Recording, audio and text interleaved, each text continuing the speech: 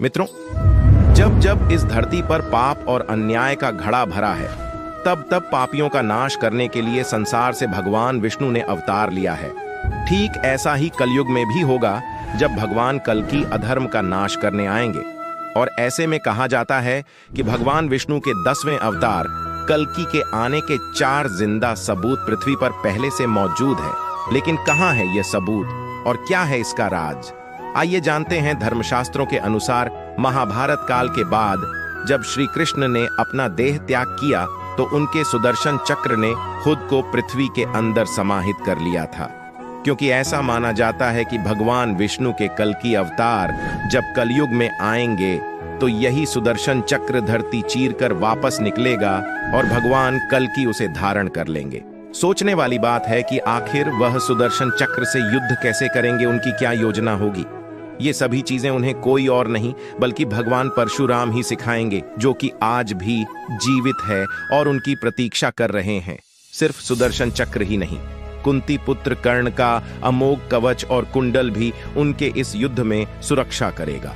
बताया जाता है कि महाभारत काल के बाद आज भी समुद्र देव और सूर्य देव इस कवच और कुंडल की सुरक्षा पुरी के कोणार्क में सदियों से कर रहे हैं।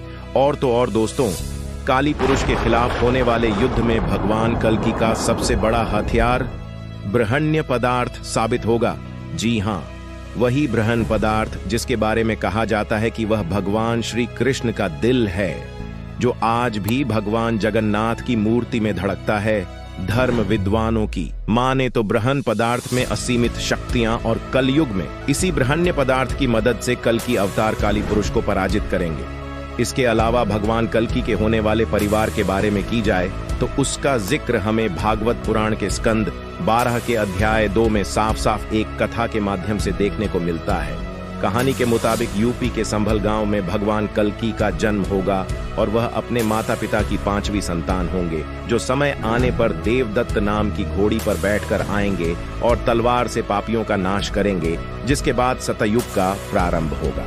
कथा में यह भी बताया गया है कि भगवान कल्कि की 2 पत्नियां होंगी, लक्ष्मी रूपी पद्मा और वैष्णवी रूपी रमा।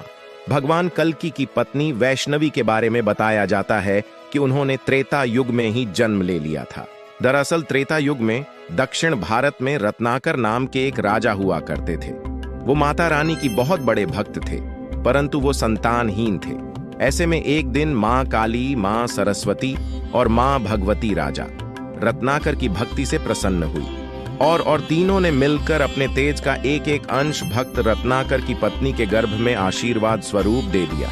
इसके साथ ही उन्होंने रत्नाकर के सपने में आकर यह भी बताया कि उनके घर में दिव्या बालिका जन्म लेने वाली है, जिसको कलयुग में लोग पूजेंगे और भविष्य में एक खास किरदार निभाएंगे। आगे चलकर राजा रत्नाकर के घर में एक बच्चे की किलकारी गूंजी, जिसका नाम त्रिकुटा रखा गया। मित्रों, त्रिकुटा के अंदर हमेशा ऐसे ही ज्ञान पाने की इच्छा थी, इसीलिए उसने ईश्वर की भक्ति में लीन होकर घर परिवार सब कुछ त्याग कर ज्ञान की प्राप्ति के लिए निकल गए। ऐसे में एक दिन जब प्रभु श्री राम जंगलों में माता सीता की खोज कर रहे थे, तभी उनकी मुलाकात त्रिकुटा से हुई।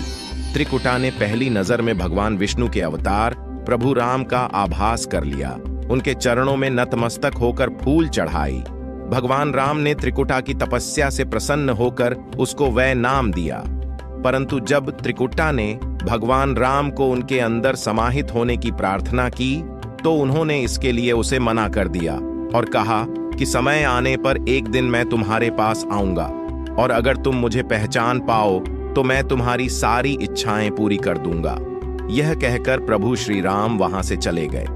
दोस्तों, समय बीतता गया और त्रिकुटा अपने प्रभु श्री राम के इंतजार में आस लगाए बैठी हुई थी कि तभी एक दिन त्रिकुटा की पर एक बूढ़ा व्यक्ति आया और उससे शादी का प्रस्ताव रखा, जिसके जवाब में त्रिकुटा ने उस बूढ़े व्यक्ति को यह कहकर मना कर दिया कि वो प्रभु राम की पहले से ही हो चुकी है और वह किसी भी वक्त उन्हें लेने आ सकते हैं। हालांकि बाद में त्रिकुटा को अपनी गलती का एहसास हुआ, लेकिन तब तक काफी देरी हो चुकी थी, क्योंकि वो बूढ़ा आदमी कोई और नहीं बल्कि प्रभु श्री राम ही थे। त्रिकुटा ने प्रभु राम से अपनी गलती की माफी मांगी। तब भी श्री राम ने उससे कहा कि तुम्हारी इच्छा पूरी करने का यह सही समय नहीं है। इस युग में तो नहीं, लेकिन कल युग में आप मेरी अर्धांगिनी बनेंगे। अगर वह उत्तर भारत के त्रिकुट पर्वत पर जाकर तप करेंगी, तब कलयुग में मैं आपको कल्कि के अवतार के रूप में अपना बनाऊंगा। इसी दिन के बाद माता ने त्रिकुटा पर्वत पर जाकर घोर तपस्या की और शरीर का त्याग करके 3 मुंह वाली पिंडी में समाहित हो गई। मान्यता है कि भगवान विष्णु के 10वें अवतार कल्कि का जब काली पुरुष के संगनाश के लिए जन्म होगा तो वह देवी वैष्णवी से विवाह करेंगे। वहीं भगवान कल्कि के 4 पुत्र भी होंगे, जिनका नाम जय, विजय, मेघभाल